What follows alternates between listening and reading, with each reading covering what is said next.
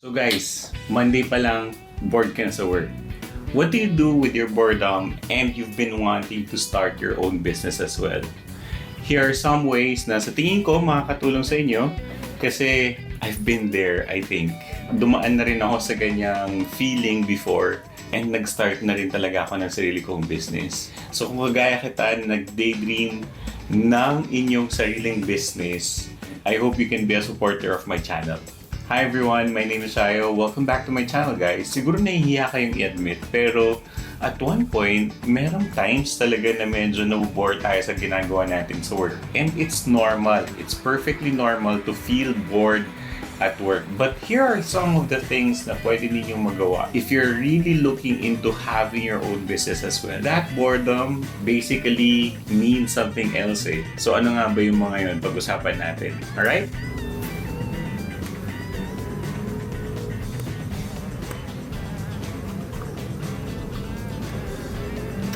Now, just to clear out some things. So, this is basically for those people na medyo nasa desk type of job or even dun sa mga service industry na merong mga low times. Maniniwala ba kayo guys kapag sasabihin ko sa inyo na dati akong barista sa Starbucks? Nag-start din ako before working in the service industry, F&B, and there are times talaga na kahit na ganun yung work ko, meron times na medyo hindi rin ganun kadami yung customers namin and napapamuni-muni rin talaga ako on what I wanted to do in my life dahil at the time I was only working part-time during my college years. So talagang ginusto kong magkaroon ng business. I really wanted to follow the footsteps nung tita ko na talagang meron siyang sariling business and nakita ko kasi kung gaano kaganda yung effects ng business para sa kanya. So I really wanted to have my own as well. Unang-unang kailangan ninyong gawin whenever you're bored at work is to recognize the boredom. Yung boredom na yan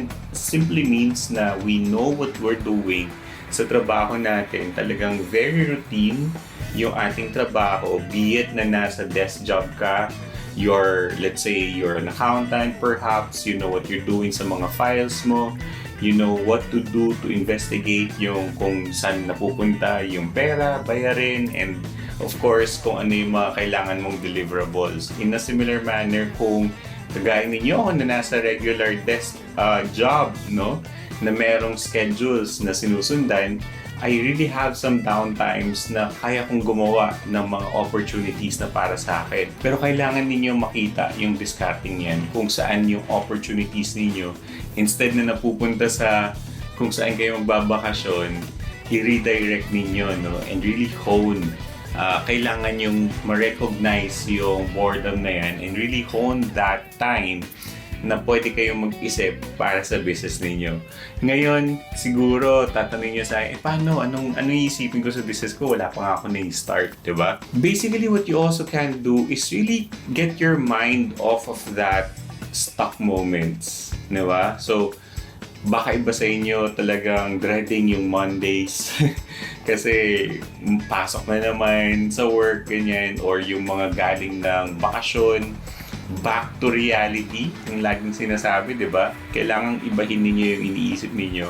It's really a way of making your mind work differently as well. Para sa akin, there hasn't been any weekday or weekend. Ang lagi ko lang sinusundan ay yung schedule ng mga clients ko. So, meron akong clients na talagang Monday yung pasok nila sa work. Yung iba naman, Monday off sila. And yung pasok nila is Wednesdays to Sundays. You have to follow on yung schedule ng mga clients ninyo. That's for my case. Kailangan ninyong isipin kung paano kayo makakaalis dun sa routine na yan. Pangalawang ma-recommend ko na pwede ninyong gawin is to really think about the business strategy, no? A lot of businessmen don't really have that short game. Kailangan natin ng mas mahabang time para sa business natin kasi gusto nating mas mahaba rin yung time ng business nating buhay. Yan. So, what does that mean? Imagine guys, sa ngayon, I'm already in my 40s and nag-start ako 2015 officially sa aking pagbe-business. Even before that, when I was still 29, dun yung una kong sabak sa pagkakaroon ng sarili kong business in a way na nagre-resell nga ako ng mga phones at that time. So, yun yung parang kumukuha ako ng stocks, tapos nire-resell ko siya. Pero from 29 to now in my 40s, medyo matagal na rin yung nag-work ako para sa sarili ko. And it's giving me more of the liberty that I wanted to enjoy in my life as well. Maganda siya, maganda talaga siya. Pero kapag naggagawa tayo ng ating business ideas, it needs to be for a long time. Hindi pwedeng in the next 5 years lang.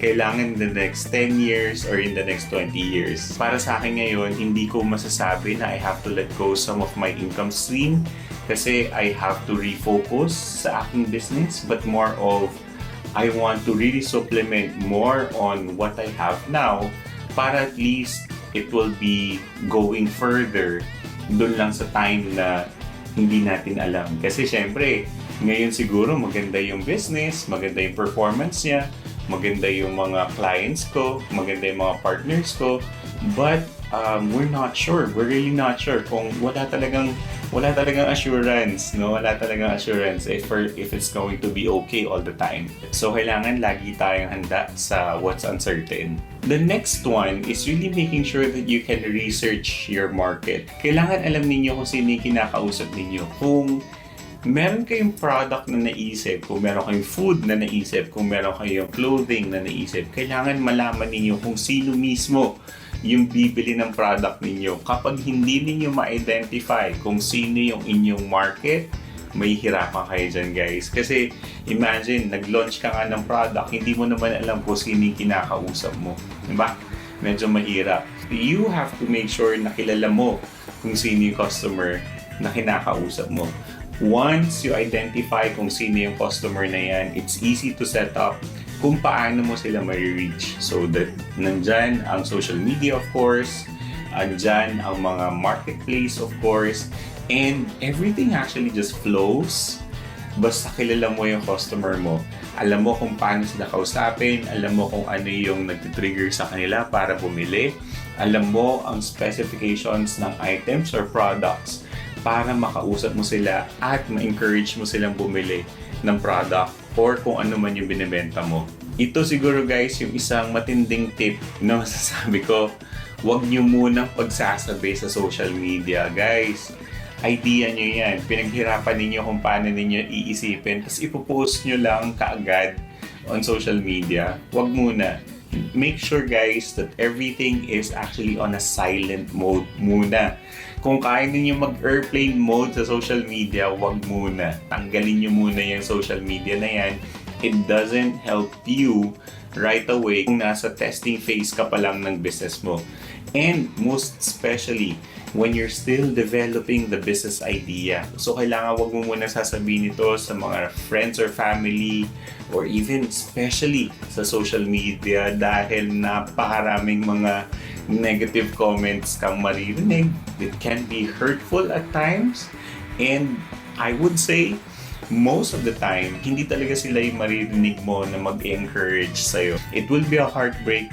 Guys, alam nyo ba, maraming mga lumalapit sa akin para maging distributor ng products ko. They're always excited to reach out to their friends and family right away. Tapos, lagi kong sinasabi sa kanila, huwag sila hilalapitan nila.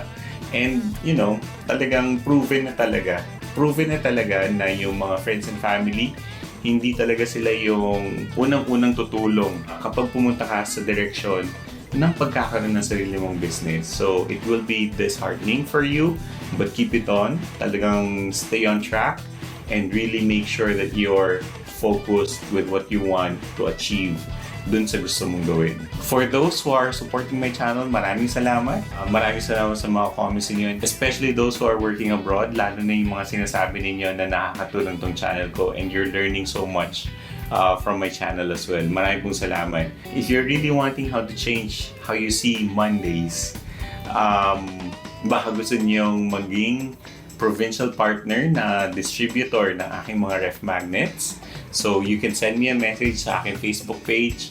Guys, maraming salamat for watching this video. I hope this is something na natutunan kayo this Monday morning. Maraming salamat, guys. I'll see you sa susunod. Bye-bye.